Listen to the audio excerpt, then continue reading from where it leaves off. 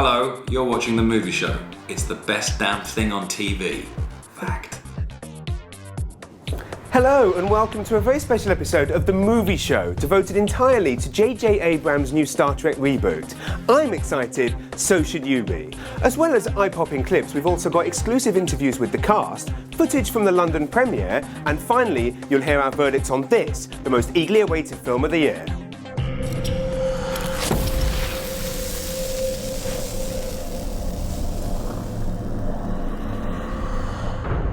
30 seconds and counting. Astronauts report it feels good. T-minus 25 seconds. The eyes of the world now look into space. Godspeed, John Glenn. The Eagle has landed.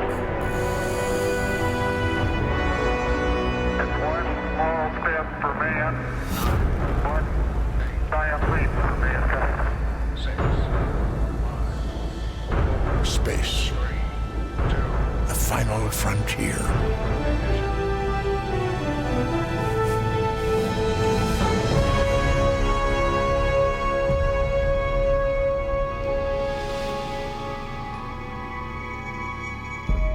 Star Trek was conceived in the early 60s by a former bomber pilot by the name of Gene Roddenberry.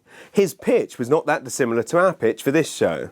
One day, Roddenberry rode his motorbike into a bar popular with agents and, having attracted attention with his uniform, flashing lights and blazing sirens, handed the script to an agent with the words, "This is for you. Better read it." The original pilot starred Jeffrey Hunter as Captain Christopher Pike. Almost spooky when you consider that the new captain of the Enterprise is played by Chris Pine. When it was rejected by NBC, William Shatner was drafted in as his replacement. Leonard Nimoy objected to wearing Spock's pointed ears and tolerated them only on condition that he could have them written out of the script if he was still unhappy with them after 13 episodes. What started off as a quirky, slightly camp television series soon made the transition to the big screen in 1979 with Star Trek the Motion Picture, which grossed over $140 million at the global box office. The Star Trek franchise became one of the most lucrative in entertainment history, grossing around $4 billion in merchandising alone. There were many high points: The Wrath of Khan, The Search for Spock, and First Contact, while Insurrection and Nemesis seemingly put the final nail into the coffin of the franchise.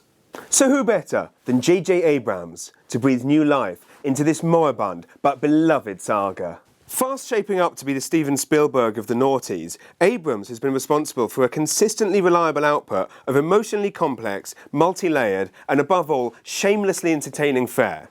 Lost has long been the most consistently entertaining show on TV, and Abrams' Star Trek franchise looks set to follow suit.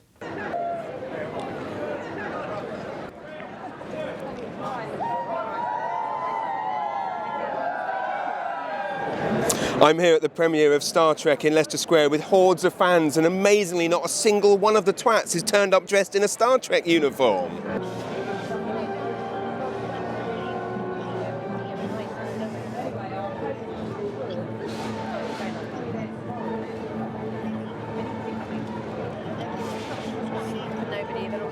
It was a really amazing, funny experience.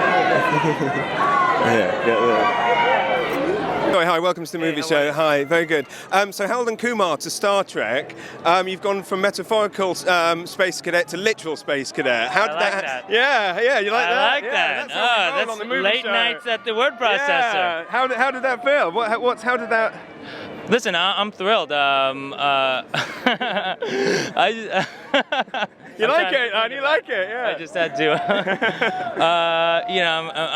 I'm an actor that wants to do as many kinds of things as I can before I die. So it was really fun. Hi, how are you doing? Lovely to meet you. Very good. Yeah, it's turning into a great year for you. You've turned in a powerhouse performance in the best movie of the year, and your directorial debut with Love the Beast. How are you feeling? Yeah, it's been good so far. You know, the film did really well back home, and now we're on the Star Trek juggernaut, and it must be mega. It's a really nice feeling. You know, seems to be a lot of goodwill around the film, and early response has been great. So much. Hi, how are you? Welcome to the movie show. I saw the movie last week and you're fantastic in it, but you don't strike me as an obvious Trekkie.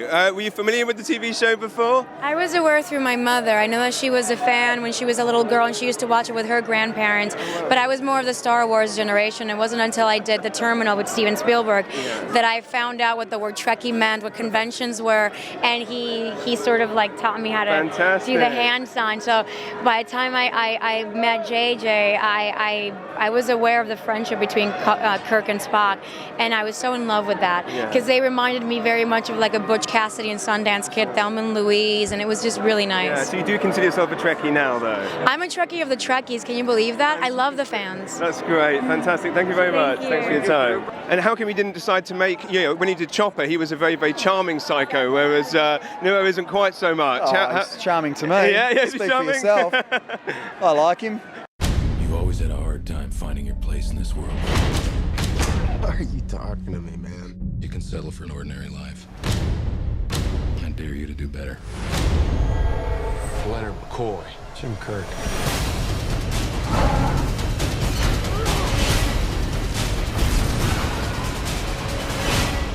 Good luck.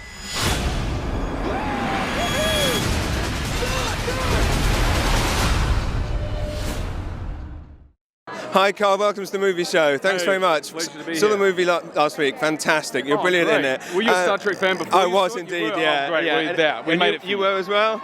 I mean, a long-term fan. I watched it as a boy and saw every movie, so it was a dream come true for me. Hi, Zachary. James from the movie show. Nice to meet you. How are you? Very good, thanks. Loved the movie. That was absolutely amazing. Thank you. It must have been very intimidating, though, working opposite Leonard Nimoy. Was that? Actually, the opposite. Really? Leonard is such an incredibly supportive and generous spirit that I felt really at home. I looked to my left, I had Leonard Nimoy. I looked to my right, I had J.J. Abrams. I was like, this is a good line to be in. Star Trek depicts obviously a future of conflict and hope. So the question is, will New Zealand ever win the Rugby World Cup again? That's a good. Okay, yes, they will. I think it's going to happen the next time. I mean, isn't that just ironic? We win the Tri Nations, we win the Bledisloe, win everything else. We do, that's right. We come here, we clean up on the tours. Come the World Cup. And looking at Leonard Nimoy, was it like looking into a mirror of the future of how you will look? All I know is if I could live half as fulfilled a life as he has, I'll be in good stead. It was absolutely brilliant film. Thank you very much. Are you kind of in pre-production stage at the moment? Are you reading scripts? Yeah, well, in pre-production for anything else? For the sequel, for this. For this? Oh, yeah. no, I mean, we're at the point where we're handing over a film that we're really proud of and we really love, and we hope that we find an audience that loves it, cherishes it, and has as much fun watching it as we had making it. If we're blessed enough and this film is a hit, we would love to come back and make more because we had so much fun making it. But you promised not to direct Three Men and a Little Baby movie. Wow, that was such a good movie. Yeah, well, I hope I can direct a movie like that. Thank you, man. How did you feel sitting in the captain's chair for the very first time? It's big. It's really, really way bigger than I ever thought. And it fell over a couple times on me. But besides, you were drunk, though. Yeah, because I was drunk. It was a lot of fun, not being a fan, I didn't think it was going to hold the same value for me as it would have someone else. And while it didn't, it still sent shivers up my spine when I did it for the first time. It's if you got any amount of kid in you, I think, it's like playing, cops and robbers, but they're actual cops and robbers. It's like playing make-believe in the best circumstance you can ask for. I'm about to go inside and watch the movie so I can review it for you, lovely viewers, but first, I'm off to buy a bag of beers.